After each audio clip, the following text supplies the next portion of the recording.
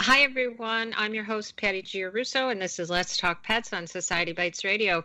Today, we welcome to the show Mary OBERDIER with Chase Entail's Pet Care. Mary's been with us before, and we like to have her on because we're going to talk about Professional Pet Sitters Week, which is March 7th to the 13th. And this year, it marks the 27th annual celebration, helping to bring awareness to those who care for pets that we love. This annual observance honors professional pet care providers, seeks to educate the pet-owning public about the advantages of professional in-home pet care, and encourages pet-loving entrepreneurs to explore professional pet sitting as a viable career. Mary has started her pet sitting business in 2012 after working in the banking industry for many years. She's a member of the National Association of Professional Pet Sitters and became certified, insured, and bonded to begin her career as a professional pet sitter. Mary also started the Bradenton, Sarasota Professional Pet Sitters Group to network with and support other local pet sitters in the area. Mary is also my own personal pet sitter, and we love her to death. So welcome to the show, Mary.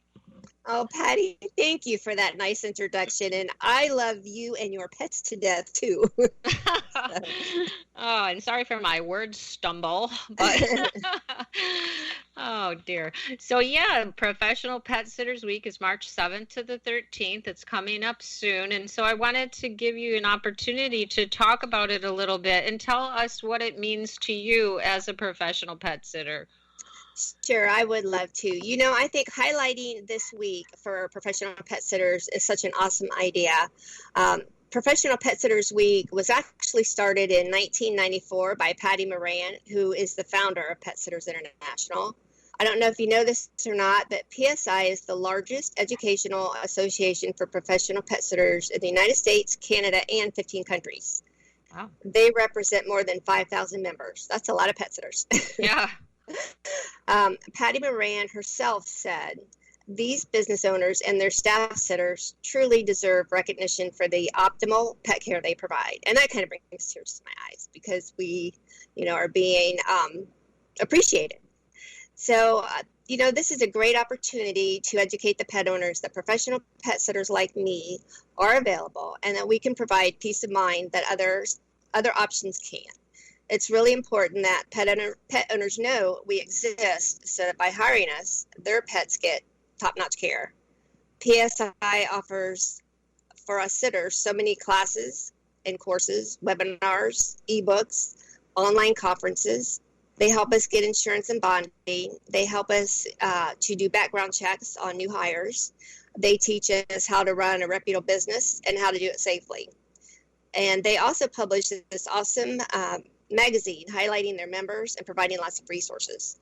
They also offer a certification course that is packed with tons of education for all parts of the business. And I originally became certified with NAPS, which is National Association of Professional Pet Sitters.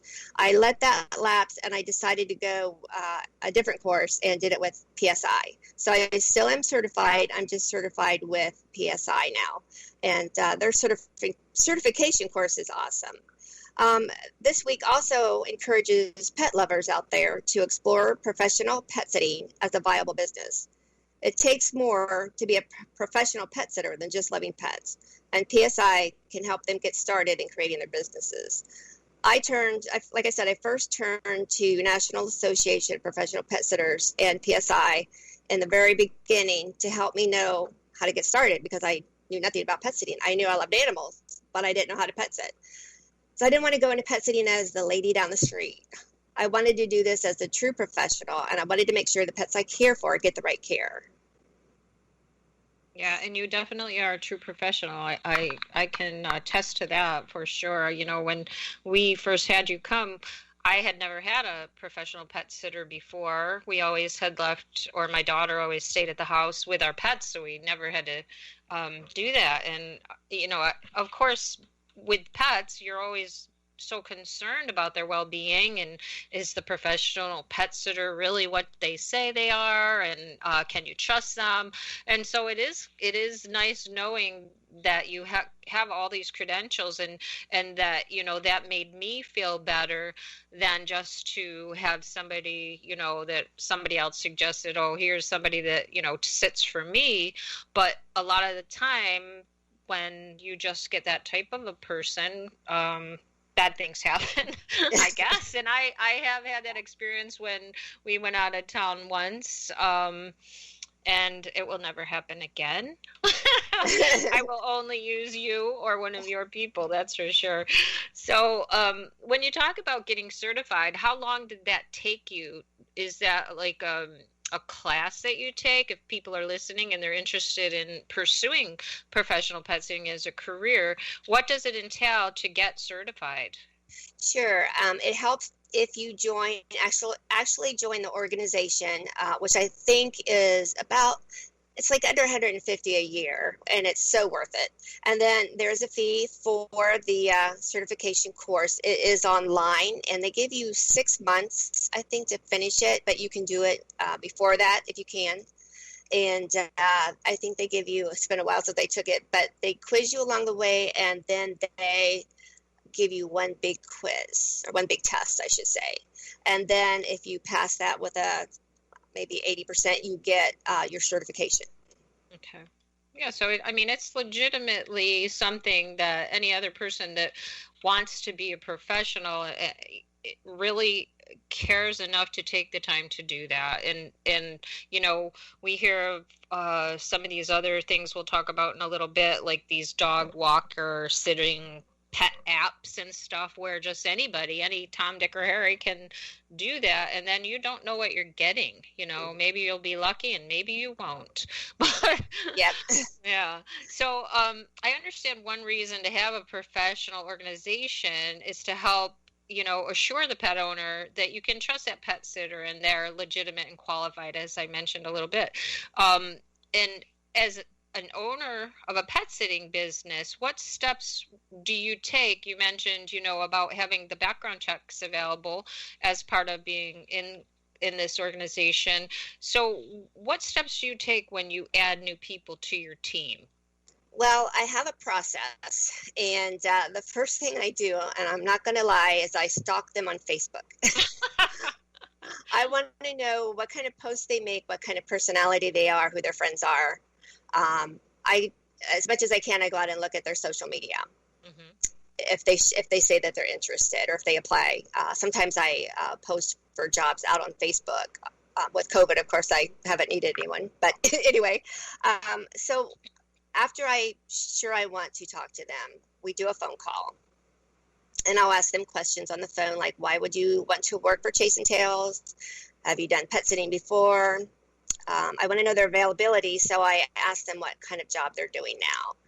I don't want to hear them just say that they love pets. I want to hear their passion for giving good care to pets and great service to the client, not just I love pets. It's not going to do it for me. Right. If I'm happy with the phone call, I send them an application, and once I get that back, I check the references they provide. Then if I'm still happy, we do a face-to-face interview, and I ask more questions, such as how would you handle a loose dog approaching you when you're out walking a dog? Or if your client has a fenced-in yard, what are you going to do before you let the dog out? Are there any steps you would take before you let that dog in the yard? And then I would also ask, how would you handle an emergency with a pet? Just questions like that. I ask them if they know what foods are harmful to pets, because sometimes they do overnights. They're going to be eating there. I have a whole list. And then once I'm comfortable with that person and I feel they're a good fit, then I go to PSI, and with their permission, of course, I do a background check. And you can do this through PSI for a small fee. It's not very expensive at all, and it's worth it. And then I also want to stress that I only hire someone who can communicate to me and the client in a timely manner, because it's crucial when I need to know that they're available for a job. And the client, of course, wants to know, what is going on at home. So I've had people that were good, but they couldn't communicate. And so then I just didn't use them anymore.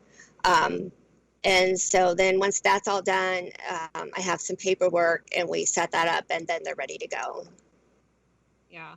Yeah, those are really important steps, it sounds like, because you don't really, I think that people don't realize what it entails. And by asking specific questions like that in all different parts of the job, it kind of makes them think, oh, wow, I didn't really realize that pet sitting entails a little more than just going to somebody's house and letting the dog out to go to the bathroom.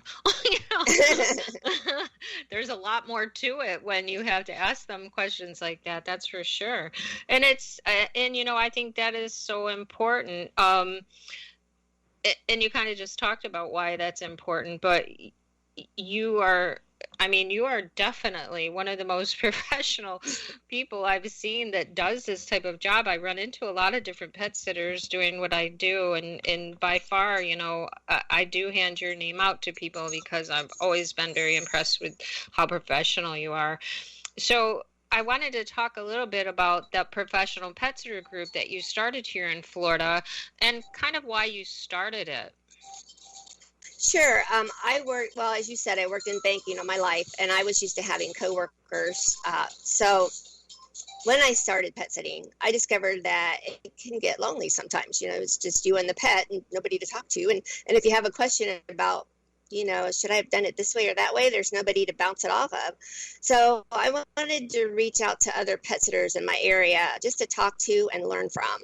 So in 2015, I started a private Facebook group for pet sitters, and I started inviting them in. And as the years went on, some of us decided that we wanted to weed out the ones that weren't serious. We could tell they weren't serious enough. And we wanted our group to only be professional pet sitters that have a business and that are insured and bonded. So we used to get together when we could for some networking, but we haven't been able to because of COVID. And, we did some food drives for the Humane Society and other rescues, and it's turned out to be a good marketing tool because there's a lot of times that maybe I can't take a job or maybe it's not in my area that I can refer it to one of the sitters that I network, and I know them, so I feel comfortable doing that. Yeah, that's a good tool to have to, I'm sure right now with COVID, that it's affected so many other businesses. I can't imagine that anything that has to do with people traveling that, it's probably affected your business a bit. And so to have a group that you can come together and talk about things and support each other during a time like this is probably pretty important. So let's talk a little bit about the COVID pandemic and how that affects the pet sitting business. Has it changed any of the ways that you have to operate? Or I imagine across the board it has changed some things.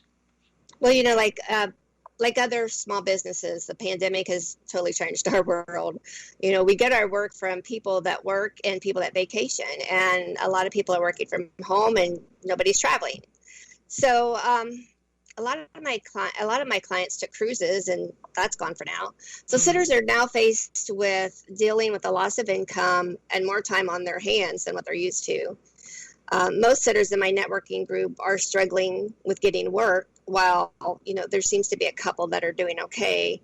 Some of the businesses are trying to come up with creative ways to get business with maybe changing their services or different marketing techniques, trying to hit a different market. Pet sitters also have to have a plan in place. So because of COVID, that they have to keep themselves from catching COVID in a client's home or spreading it between houses. So, and I'm sure it probably has affected who we take also, as far as clients. Yeah. So it's really affected us a lot. And I know, I know her from Facebook, and I interviewed her on my show, but she had a big pet sitting business in Texas, and she just closed it down. Because she had too many people working for her, and it was just too much of a risk going in and out of people's homes. And then, you don't have the business that they used to have. So it has really hurt us a lot. Yeah.